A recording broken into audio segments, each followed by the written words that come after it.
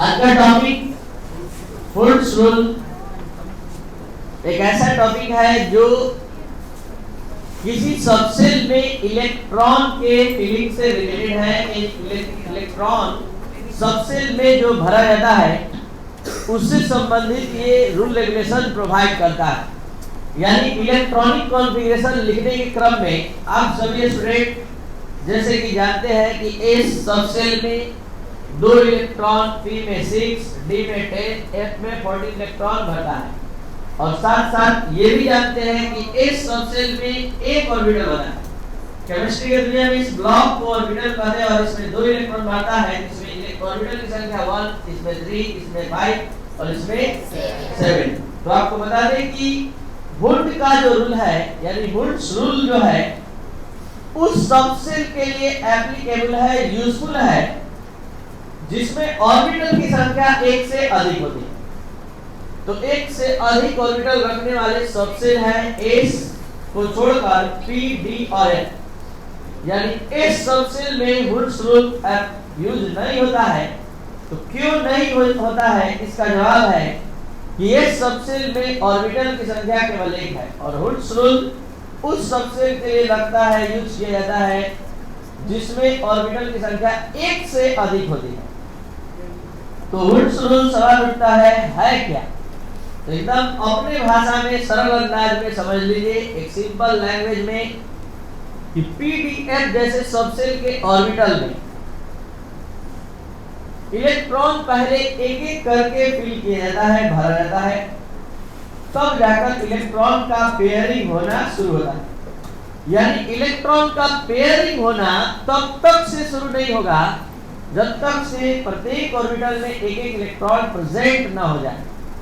यानी पी जैसे सबसेल के ऑर्बिटल में इलेक्ट्रॉन भरना है तो इलेक्ट्रॉन पहले आप एक एक करके फिल करेंगे और एक एक करके फिल करने के बाद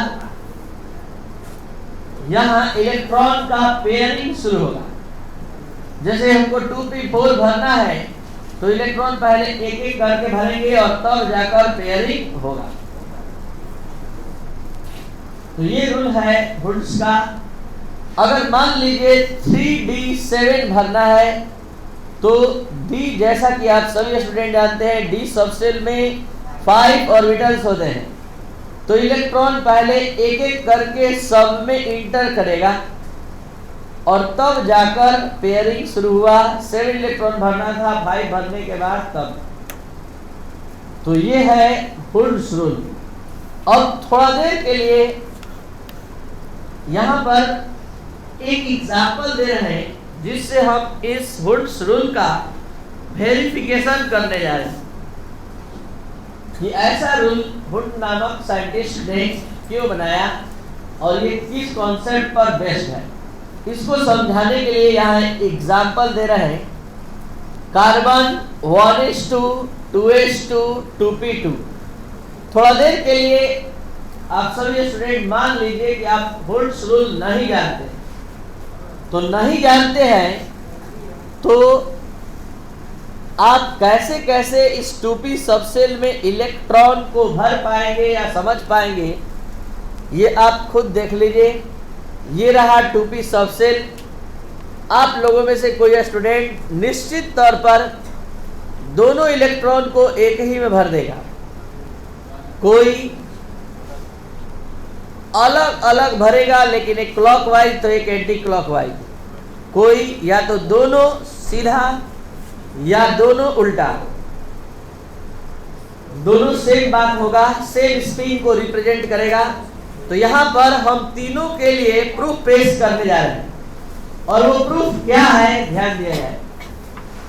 हमने बोला कि थोड़ा देर के लिए आप सभी स्टूडेंट ये मान लीजिए कि आपको वुड्स रूल आप नहीं जानते। तो आप लोगों में से कोई स्टूडेंट दोनों इलेक्ट्रॉन को एक ही ऑर्बिटल में अपोजिट स्पिन के साथ भर दिया। कोई स्टूडेंट 2 अलग अलग ऑर्बिटल में इलेक्ट्रॉन को अपोजिट स्पिन के साथ फिल किया, भरा, और कोई सेम स्पिन के साथ अलग अलग ऑर्बिटल में इलेक्ट्रॉन को फिल किया। कौन सा कॉन्फ़िगरेशन, कौन सा भरा हुआ कॉन्फ़िगरेशन सही है, इसको हम अलग प्रूफ से वेरिफिकेशन अपना कंप्लीट करें। ये कैसे, तो देखिए, इलेक्ट्रॉन एक चार्ज वाला पार्टिकल है, इलेक्ट्रॉन पर निगेटिव चार्ज होता है।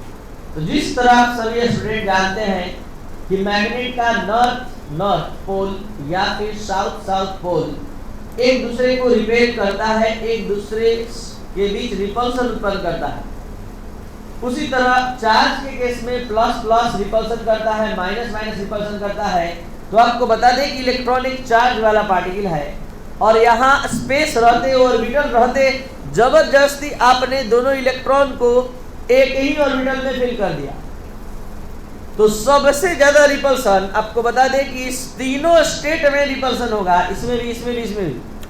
लेकिन सबसे ज्यादा रिपल्सन का अनुभव इलेक्ट्रॉन यहाँ करेगा, क्योंकि ऑर्बिटल रहते हुए जबरदस्ती इसमें भर दिया गया है, इसलिए यह स्टेट कभी संभव ही नहीं है, क्योंकि इलेक्ट्रॉन के बीच का रिपल्सन यहाँ सबसे मैक्सिमम होगा और रिपल्सन इस दोनों में भी होगा। लेकिन अब हमको पता करना है कि अब इसमें किसमें कम होगा, जो जिसमें कम होगा वो सबसे मोस्ट स्टेबल कॉन्फ़िगरेशन होगा, वही हुड्स के रूल के अनुसार भी होगा।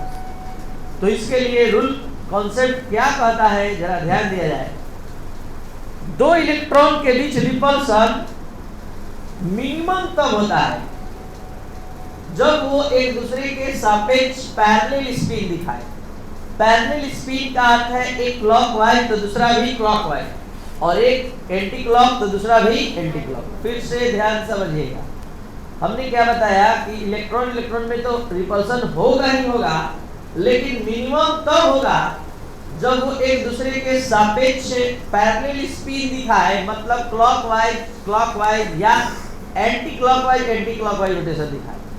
तो यहाँ इस स्टेट में आप देख सकते हैं क्लॉकवाइज है तो दूसरा, तो ये पैरेलल स्पिन नहीं है, एंटी पैरेलल है, और ये जो स्पिन है वो पैरेलल है। तो इसमें होने वाला रिपल्सन सबसे मिनिमम होगा और इसमें मैक्सिमम, मतलब इस दोनों में मैक्सिमम इसमें होगा। तो जिसमें रिपल्सन सबसे कम होगा वही सबसे स्टेबल स्टेट होगी। तो सबसे कम रिपल्सन इस तीनों में सी में पाया गया, क्योंकि इसमें तो एकदम नहीं संभव था, सबसे ज्यादा मैक्सिमम रिपल्सन हो रहा है, क्योंकि दोनों इलेक्ट्रॉन ऑर्बिटल रहते हुए जबरदस्ती एक ऑर्बिटल भरा गया। और इस दोनों में ये कैसे हुआ, क्योंकि ये दोनों एक दूसरे के सापेक्ष पैरेलल स्पिन दिखा रहा है, और पैरेलल स्पिन दिखाने के चलते इसका जो रिपल्सन होगा मिनिमम होगा, और यही सबसे स्टेबल कॉन्फ़िगरेशन होगा। और यही आप सभी स्टूडेंट जानते हैं, यही हुड्स रूल से भी सही है। तो हमने ये समझाने का प्रयास किया कि बिना हुड्स रूल के आप यहाँ बता सकते हैं कि इस तीनों स्टेट में कौन सा स्टेट ज्यादा स्टेबल है, कम रिपल्सन वाला है। तो ये और यही हुड्स के रूल से भी आ रहा है कि इलेक्ट्रॉन पहले एक एक करके भरता है, तब जाकर पेयरिंग शुरू होता है। तो हुड्स रूल के अनुसार भी यही सही है और अकॉर्डिंग टू कॉन्सेप्ट भी यही सही है। तो एक बार लास्ट बार फिर से हुड्स रूल क्या है, पीडीएफ सबसेल के ऑर्बिटल में इलेक्ट्रॉन का पेयरिंग होना तब तक से प्रारंभ नहीं होगा जब तक कि दिए गए सबसेल के प्रत्येक ऑर्बिटल में एक एक इलेक्ट्रॉन प्रेजेंट ना हो जाए। तो ये